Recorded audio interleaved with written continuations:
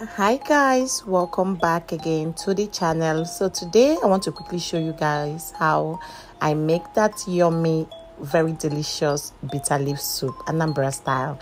Meanwhile, I decided to show you guys this fish. I got this fish for 45,000 naira, half a carton. I want to know if you think it's a good buy.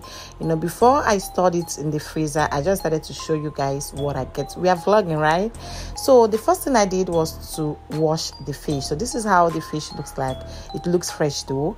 And we're also going to be making use of stockfish fillet.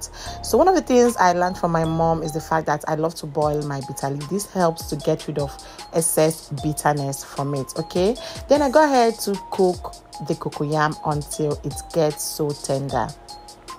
So what I'll be using for this recipe is cocoyam. You can also use any other thickening of your choice, what you can get where you are based. But because I'm currently in Nigeria and cocoyam does it for me, I'll be making use of cocoyam for this recipe. So I go ahead and start pounding. You can use your manual blender, hand grinder, anything to pound. But of course, I love the wenge taste mortar and pestle gives to my bitter leaf soup. So yes, or just maybe I have people that also help me in pounding them. So then I'll be using palm kernel extract. This gives it this very local taste and flavor. So I go ahead and extract my palm kernel juice so that I can use this. Please note, some people make use of just palm oil. No, palm kernel, but I love to add both palm kernel and palm oil to my soup. Okay, then it's time for us to start cooking.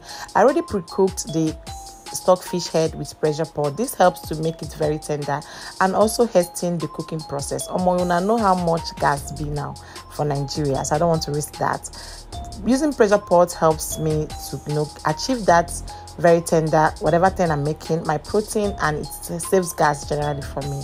So I cooked it, and of course I added my stockfish fillet because at this point it's still not cooked. I go ahead and add the extracted palm juice.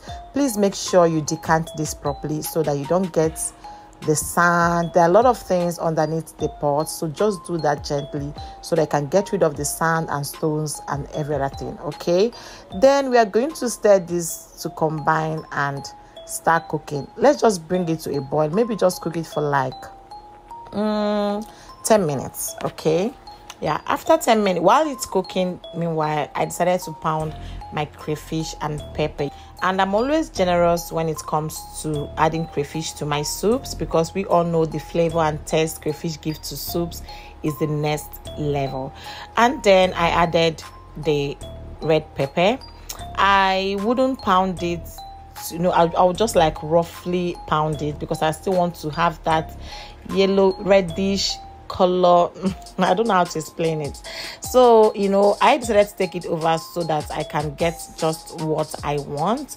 So what I'm going to do next is to add my ogiri igbo. See, some people actually say things like that ogiri smells bad, hence I don't like adding it to their soup, because I'm here to tell you guys that without ogiri igbo, that your soup is not complete.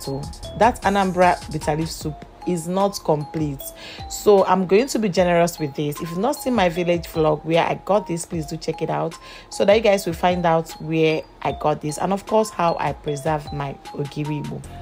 A quick one: if you need to preserve your ogiri, just transfer to a clean container, airtight container, then pour salt on top, cover it tightly and store in your freezer. By so doing, your ogiri might last as much like years, okay, without getting bad. So that's how I do that. So anytime I'm to use it, I bring it out from the freezer, allow it to defrost, and then I use it as I want. So I'm going to add enough ogiri to the soup so that the taste and aroma to awaken it. So while I'm done, I noticed that my pot has actually cooked well at this point. So I'm going to go ahead and stir, of course, and then add in the ogiri igbo.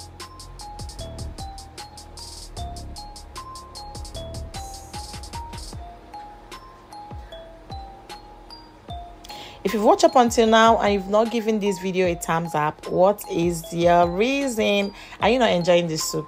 Please thumbs up this video so that so that YouTube can recommend it to wider audience. Okay, I'm actually having great time doing this voiceover, and to be very honest with you guys, I am salivating. I am literally salivating. And of course, nothing goes to waste. I'm going to add water to rinse the mortar properly, because you guys know that we still have some ogiris, some remnants. We have some crayfish, some pepper, and some ogiri in the pot. So I'm going to add, and I also think I need some more liquid in my soup. So why not rinse the mortar and add the water to the soup?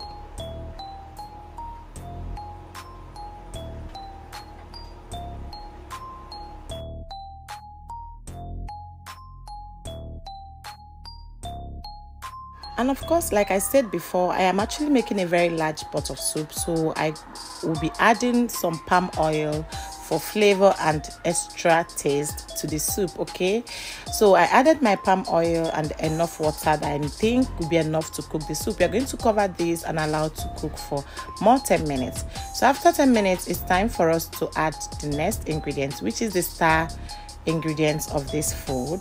I'll be adding the bitter leaf. You guys, I noticed a lot of videos I've watched on YouTube add cocoyam before they add in their bitter leaf.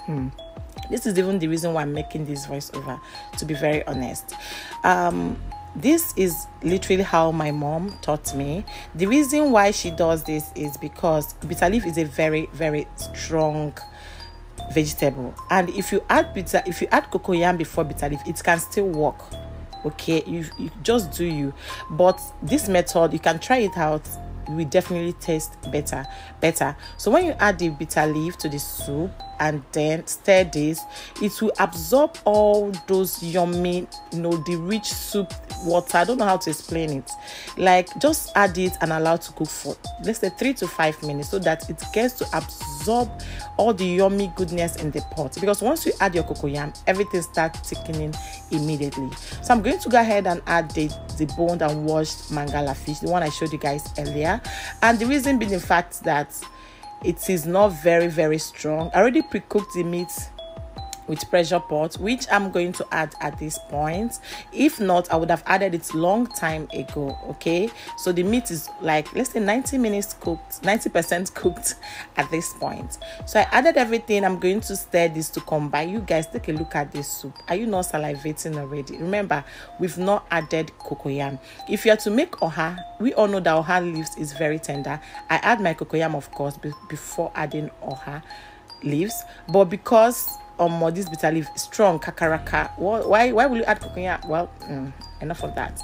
So I tasted, I noticed that it lacked some salt, and I've not added seasoning cubes. Of course, I went ahead and added my seasoning cubes. For cooking, I prefer no beef. I learned some people use chicken, not chicken. For me, what works for me is no beef, because I'm using beef for this recipe. Maybe if I'm using chicken, I'll go ahead and add chicken, beef, not chicken. So I stirred this and allowed to cook for 3 minutes. Then I'm going to go ahead and add my cocoyam. This is literally the last ingredient for me, because the next thing you guys are going to see is the fact that this soup will start thickening just immediately. I also learned that some people use oatmeal for thickening, some people use yam, but we all know that the real authentic Anambra soup is with cocoyam. But if you're in diaspora or you are where you can't get hold of cocoyam, of course, do you regardless. Okay, unapologetically. Hey God, grandma, don't finish me.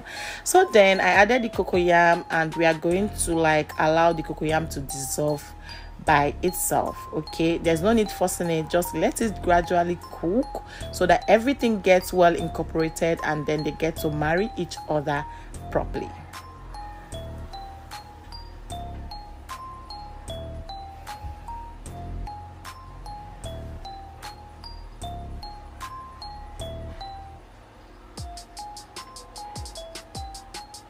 So although I was checking this behind the camera so that it does not burn, because at this point, trust me when I tell you this, your soup can easily burn.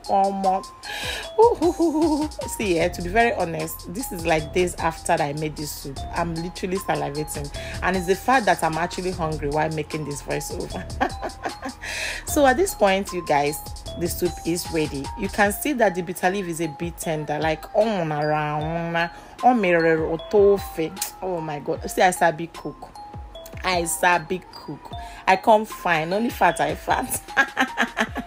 You guys shouldn't mind me. So at this point, you guys, I decided to taste it. I couldn't even wait to taste the soup because more, even as I cook, I'm still housefly. Well, it shows that the food tastes good. Thank you guys so much for watching up until now. Let me know the highlights of this video for you. Are you still struggling on making that perfect Obenge Bitterleaf soup? Watch this video to find out. Subscribe for more. I will see you guys in my next video. Be happy and be blessed. Bye guys.